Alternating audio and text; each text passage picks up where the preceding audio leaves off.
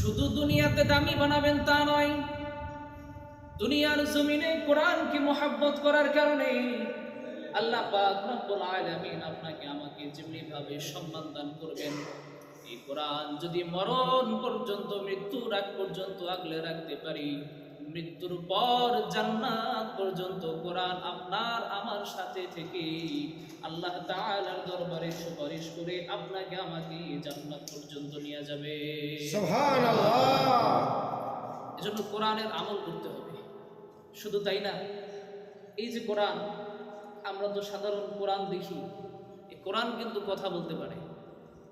কোরআন কি করতে পারে? কথা বলতে পারে। এই কোরআন, পৃথিবীর মধ্যে এমন কোনো কিতাব নাই যেই কিতাব কথা বলতে পারে, যাকে প্রশ্ন করলে উত্তর দিতে পারে।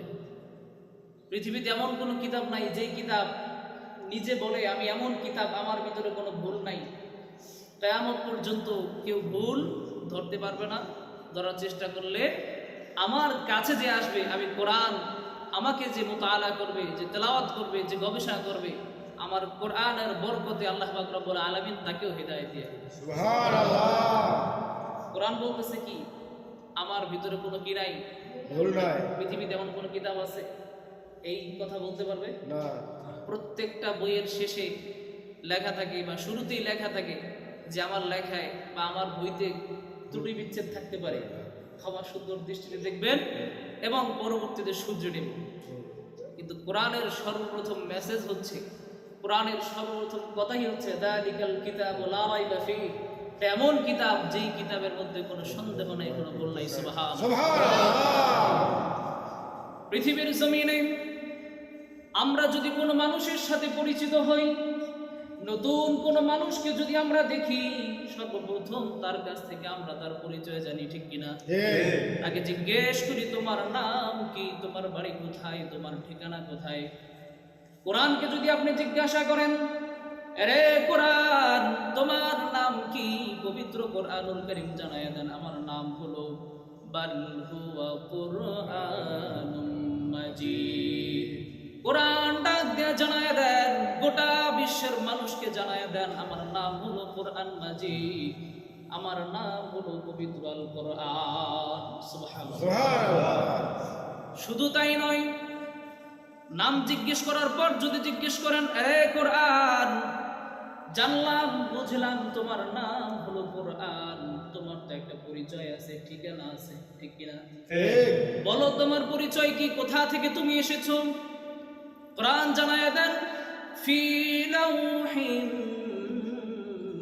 মাহফুজ, পবিত্র কোরআনুল কারীম জানায়া দেন আমার নাম হলো আল কোরআন, আমার ঠিকানা হলো ফি লাউহিন মাহফুজ, অর্থাৎ আমি লাউহে মাহফুজ থেকে দুনিয়ায় এসেছি। সুবহানাল্লাহ। বুঝলাম তোমার নাম কোরআন, লাউহে মাহফুজ থেকে তুমি দুনিয়ায় এসেছো। কে তোমাকে দুনিয়ায় পাঠিয়েছেন? পবিত্র কোরআনুল কারীম জানায়া দেন তানজিলুম মির রাব্বিল আলামিন, মহান রব, মহান মালিক রব্বুল আলামিন দুনিয়ার জমিনে তোমাদের মাঝে আমাকে প্রেরণ করেছেন। সুবহানাল্লাহ। তা মানুষকে যদি আমরা জিজ্ঞেস করি তোমার নাম কি, তোমার ঠিকানা কোথায়, নাম বলে, ঠিকানা বলে, এরপরে তো জিজ্ঞেস করি কেন এসেছো? কোরআনকে জিজ্ঞেস করবেন, কোরআন বলে দিয়েছে কেন এসেছো, কে পাঠিয়েছে। কোরআনকে যদি জিজ্ঞেস করি, বুঝলাম তোমার নাম পবিত্র কোরআনুল মাজিদ, তুমি পৃথিবীর জমিনে এসেছো লাউহে মাহফুজ থেকে, মহান রব্বুল আলামিন তোমাকে দুনিয়ার জমিনে পাঠিয়েছে রে কোরআন। এবার তুমি বলো কোন উদ্দেশ্য নিয়ে পৃথিবীর জমিনে তুমি এসেছো, একটু আমাদেরকে তুমি জানায়া দাও। পবিত্র কোরআনুল কারীম জানায়া দেন আলিফ লাম মিম যালিকাল কিতাবু লা রাইবা ফীহি হুদাল লিল মুত্তাকিন। পবিত্র কোরআনুল কারীম জানায়া দেন এরে দুনিয়ার মানুষ তোমরা জেনে নাও, তোমরা বুঝে নাও, পৃথিবীর জমিনে আল্লাহ পাক রব্বুল আলামিন গোটা মানব জাতিকে হেদায়েতের বাণী হিসেবে আমাকে দুনিয়ায় প্রেরণ করেছেন। সুবহানাল্লাহ। এই কোরআন এসেছেন আমাদেরকে হেদায়েত করার জন্য, পথ দেখানোর জন্য, হেদায়েতের রাস্তা বলে দেওয়ার জন্য। এরপরে যদি প্রশ্ন করি, কোরআন, বুঝলাম তোমার নাম কোরআনুল মাজিদ, পৃথিবীর জমিনে তুমি লাউহে মাহফুজ থেকে এসেছো, আল্লাহ পাক রব্বুল আলামিন পৃথিবীর জমিনে তোমাকে পাঠিয়েছেন আমাদের হেদায়েতের উদ্দেশ্যে। এবার তুমি বলো, কার মাধ্যমে তুমি এই দুনিয়ার জমিনে এসেছো? কোরআন বলতে পারবে কি পারবে না? পারবে। কোরআন জানায় দেন, নাযালা বিহির রূহুল আমিন, আমি রূহুল আমিন তথা জিবরিল আলাইহিস সালামের মাধ্যমে পৃথিবীর জমিনে এসেছি। এরপরে যদি জিজ্ঞেস করি, তুমি জিবরিল আলাইহিস সালামের মাধ্যমে পৃথিবীর জমিনে কার কাছে সর্বপ্রথম এসেছো? কোরআন বলতে পারবে কি পারবে না? পারবে।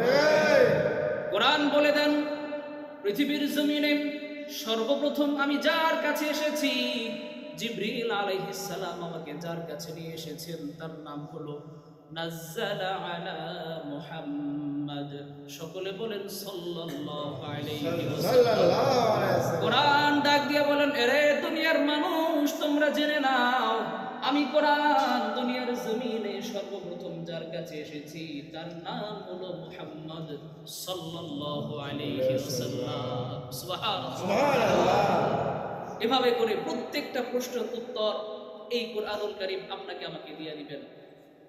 কোরআনকে যদি জিজ্ঞেস করেন, আমাদের জন্য হেদায়েতের নিয়তে তুমি দুনিয়ায় এসেছো, আমাদের পথ প্রদর্শক হিসেবে তুমি দুনিয়ায় এসেছো, আমরা যদি আমাদের রাষ্ট্রীয় জীবনে তোমাকে চাই, তুমি আমাদেরকে রাষ্ট্র পরিচালনার দায়িত্ব দিতে পারবে কি পারবে না? পারবে। রাষ্ট্র পরিচালনা কিভাবে করতে হবে কোরআন আমাদেরকে জানায় দেন। কোরআনকে যদি জিজ্ঞেস করি, পারিবারিক জীবন কিভাবে করব, কোরআন বলে দিবেন। কোরআনকে আপনি যে বিষয়ে জিজ্ঞাসা করবেন, কোরআন আপনার আমার সকল প্রশ্নের উত্তর দিয়ে দিবেন।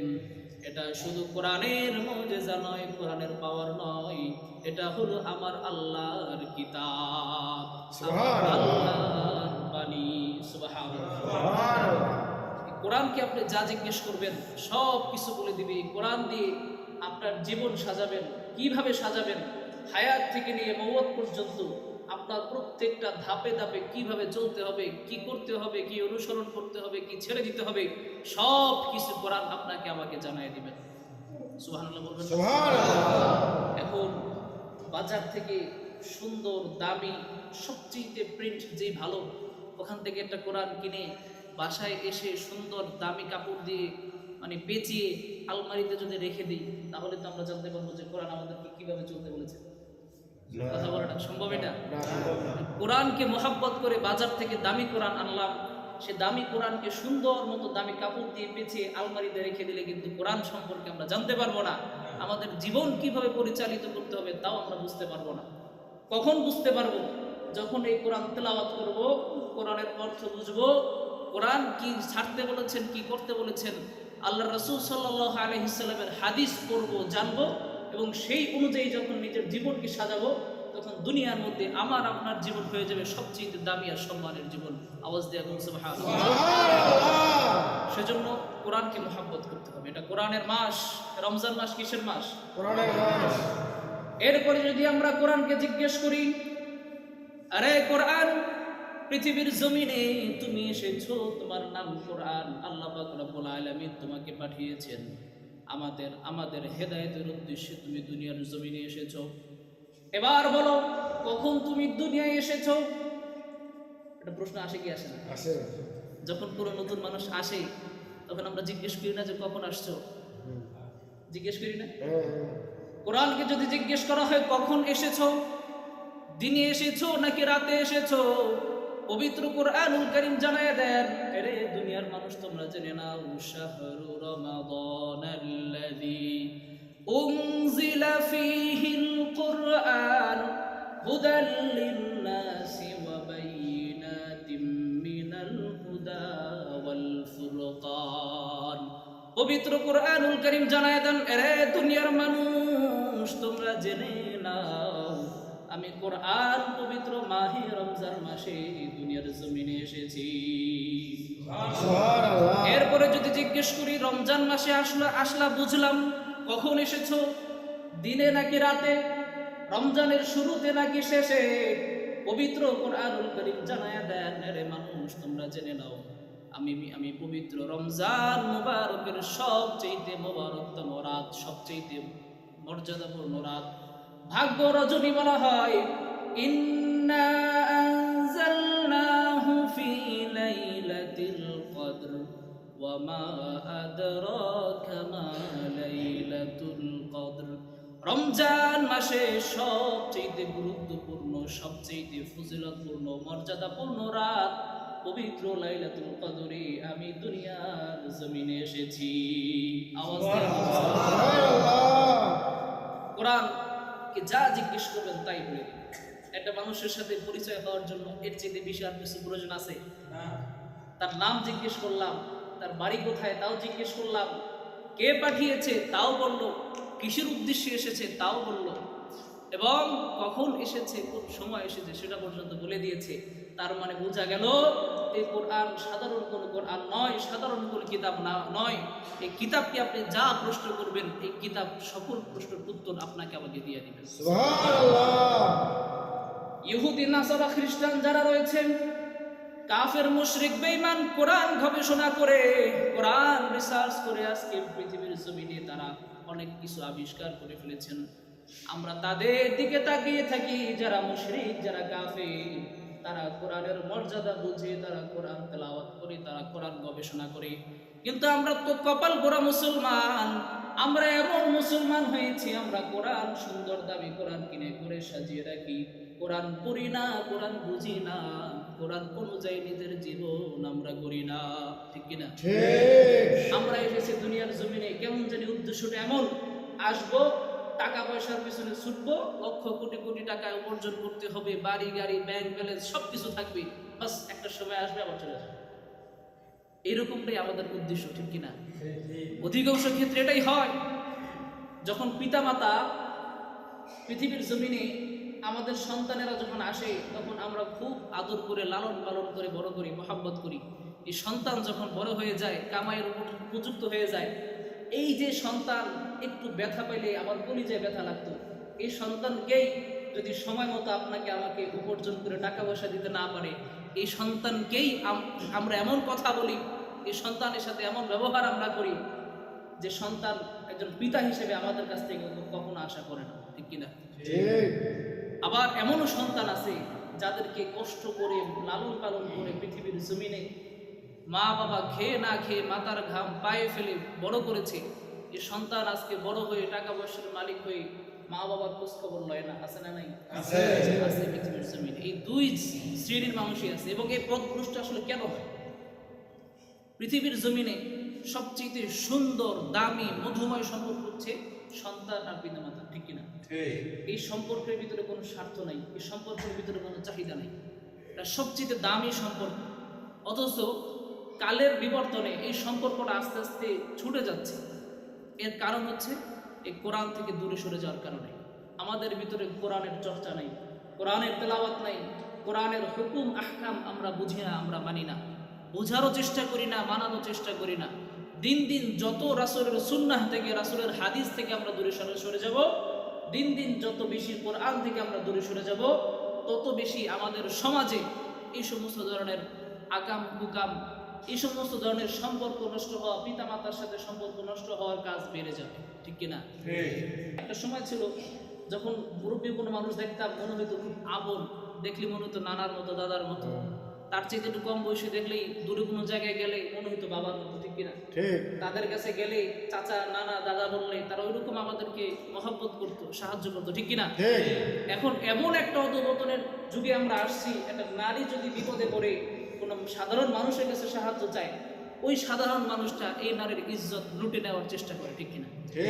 তাহলে জাতি হিসেবে আমরা কতটা নির্লজ্জ, কোন অবস্থায় আমরা চলে গেছি একটু চিন্তা করেন। এর একমাত্র কারণ হচ্ছে কোরআন। কোরআনের চর্চা নাই, কোরআনের তেলাওয়াত নাই, কোরআনের আমল আমাদের মধ্য থেকে ছুটে গেছে। এজন্য ভাইরা, কোরআনকে মহব্বত করতে হবে। পারবো না ইনশাআল্লাহ? কোরআনকে ভালোবাসতে হবে। কেমন ভালোবাসা? ওই যে বললাম, দোকান থেকে কিনে এনে ঘরে ধুয়ে দিলে হবে না, তেলাওয়াত করতে হবে। শুধু রমজান মাসে না, সারা বছর তেলাওয়াত করতে হবে। আমরা তো এমন কাজ, যখন চোখ খুলি কাজে নামি, যখন চোখ বন্ধ করি তখন ঘুমাই। খাওয়াটাও যে কিভাবে খাই বলতে পারি না, আছে না নাই? ঠিক। এরকম ব্যস্ত হলে হবে না ভাই। এখানে যারা উপস্থিত আছে, একটা মানুষ কি বলতে পারবেন যে পৃথিবীর জমিনে আমরা স্থায়ীভাবে আসছি? না। এটা সম্ভব? না। মরতে হবে নাকি হবে না? হবে। সবাই একটু বলেন, মরা লাগবে কিনা? লাগবে। মরা যেহেতু লাগবে, এটা বিশ্বাস করি তো। অবশ্যই করি। যেহেতু বিশ্বাস করি, যেহেতু মরতে হবে, তার মানে অবশ্যই একদিন বিচারের আদালতে আমাদেরকে দাঁড়াইতে হবে। 100%। এটা মানেন তো সবাই? 100%। এখানে কে এমন আছেন যে মানি না? মানি সবাই সবাই মানেন তো ইনশাআল্লাহ? সবাই যেহেতু মানেন, কথাটা একটু দিল লাগায় শোনেন ভাই। দুনিয়ার এই কান দিয়ে শুনবেন, বের করে দিবেন তা না, একটু ভাবেন। আমাদের মরতে হবে, বিচারের আদালতে দাঁড়াইতে হবে, তাহলে কেন আমরা দুনিয়ার জমিনে নাফরমানি করব? কেন যে মহান রবের সামনে আপনাকে আমাকে দাঁড়াইতে হবে? কেন সেই মহান রবের সাথে আমি আপনি বেঈমানি করব? কেন তার আদেশ মানবো না? কেন তার অবাধ্য হবো? এটা আমাকে বলেন। কোন উত্তর আছে? কোন উত্তর আছে? দুনিয়ার জমিনে আমি সাধারণ একজন মানুষের কাছে যদি আপনি উত্তর দিতে না পারেন, তাহলে যে রব আপনাকে 3 বেলা খাবার খাওয়ায়, হর হামেশা অক্সিজেন যে রব আপনাকে আমাকে দিতেছে, যে রব সকল ধরনের বালা মুসিবত বিপদ আপদ থেকে আপনাকে আমাকে বাঁচাই রাখছে, যে রব আপনাকে আমাকে স্ত্রী সন্তান দান করছে, দুনিয়ার নাজ নিয়ামত দান করছে, যে রব এত সুস্থ এত ভালো রাখছে, সবচেয়ে বড় নিয়ামত, সে রবের সামনে কি জবাব দিবেন? কোনো জবাব আছে? নাই। কথা বলেন, আছে? নাই। মুসলমান ভাইয়েরা আমার, একদিন পৃথিবীর জমিন ত্যাগ করতে হবে, দেহ থেকে নিঃশ্বাস চলে যাবে। পৃথিবীর জমিনে যেই পরিবারের জন্য, যে আত্মীয় স্বজনের জন্য, যে সন্তানের জন্য, পিতা মাতার জন্য কষ্ট করেন, যাদের জন্য মাথার ঘাম পায়ে ফেলে সকাল থেকে নিয়ে সন্ধ্যা পর্যন্ত এক মুহূর্তের জন্য বিশ্রাম নেন না, নিজের শরীরকে আরাম দেন না, যেই সন্তানের জন্য, যে পরিবারের জন্য এত কষ্ট করেন, 1 সেকেন্ডের জন্য মরার অভিনয় করে দেখেন, চক্ষু দুইটা বন্ধ করে দেখেন, আপনার এই সন্তান, আপনার এই স্ত্রী, আপনার দেহ থেকে নিঃশ্বাস ত্যাগ হওয়ার সাথে সাথে আপনার ঘর থেকে আপনার লাশটা বের করে দিবে। ঠিক কিনা?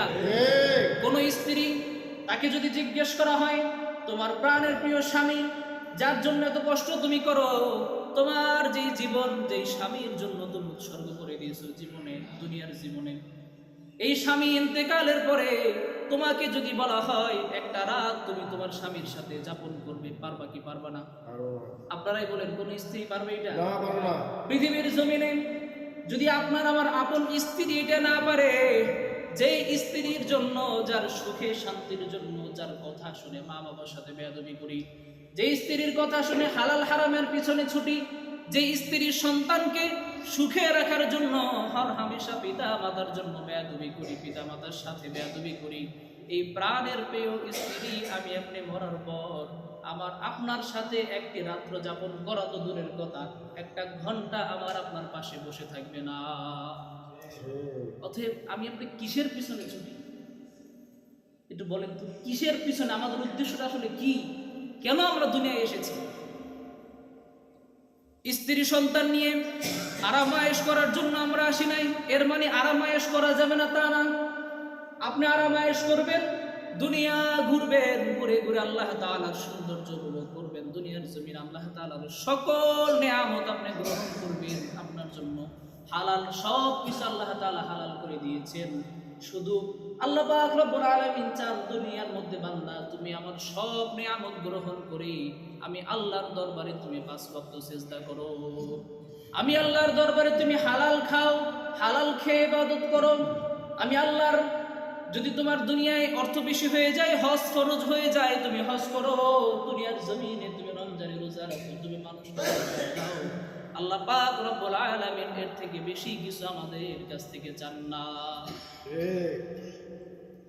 আরেকটা কথা আপনাদেরকে বলি, আমরা যদি কারোর বাড়িতে কাজ করতে যাই, তাহলে আমাদের যিনি কর্তা হন, যার কাজ আমরা করতে যাই, বাড়ির যেই কাজের উদ্দেশ্যে আমরা যাই, সেই কাজটা যদি আগে ভাগে শেষ হয়ে যায়, অধিকাংশ সময় ওই কর্তা আপনাকে আমাকে দিয়ে অন্য একটা কাজ করানোর চেষ্টা করে, আদেশ করে, ঠিক কিনা?